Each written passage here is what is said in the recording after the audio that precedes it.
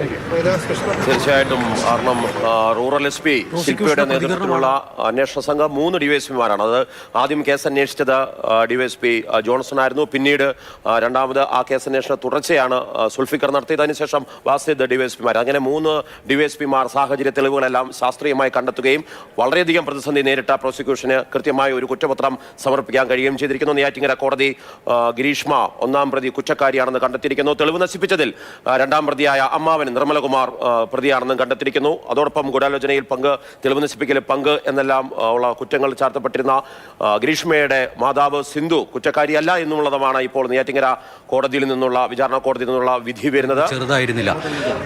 ഇപ്പോൾ ഉണ്ടായിട്ടുള്ള ഈ വിധിയിൽ തൃപ്തരാണ്? അതെ, തീർച്ചയായിട്ടും കോടതിൻ്റെ വിധിയെ പൂർണ്ണമായിട്ട് അംഗീകരിക്കുകയാണ്. എന്തായാലും നമ്മൾ വാദിച്ചതുപോലെ തന്നെ അതിന് തക്കതായിട്ടുള്ള ശിക്ഷ കിട്ടുമെന്ന് തന്നെയാണ് ഞങ്ങളുടെ പ്രതീക്ഷ. അതുപോലെ തന്നെ എനിക്ക് പറയേണ്ടത് എല്ലായിടത്തും നന്ദിയാണ്. ഗവൺമെൻറ്റിൻ്റെ ഭാഗത്തു നിന്നായാലും പിന്നെ പോലീസ് അന്വേഷണ ഉദ്യോഗസ്ഥന്മാരുടെ ഭാഗത്തു നിന്നായാലും ഞങ്ങളെ പ്രോസിക്യൂട്ടറിൻ്റെ ഭാഗത്തു നിന്നായാലും നല്ലപോലുള്ളൊരു സപ്പോർട്ടാണ് ഞങ്ങൾക്ക് കിട്ടിയത്. അപ്പോൾ അതുകൊണ്ട് തന്നെയാണ് ഞങ്ങൾ കേസ്, അതെ, മാധ്യമപ്രവർത്തകർ തുടക്കത്തിൽ തന്നെ നിങ്ങളുടെ വലിയൊരു സപ്പോർട്ട് ഞങ്ങൾക്കുണ്ടായിരുന്നു. അതുകൊണ്ട് മാത്രമാണ് ഈ കേസ് ഇത്ര എത്തിയതും. അങ്ങനെ തന്നെയാണ് ഞാൻ കരുതുന്നത്. അതുകൊണ്ട് അതിന് തക്കതായ ശിക്ഷ കിട്ടുമെന്ന് തന്നെയാണ് ഞങ്ങൾ പ്രതീക്ഷിക്കുന്നത്.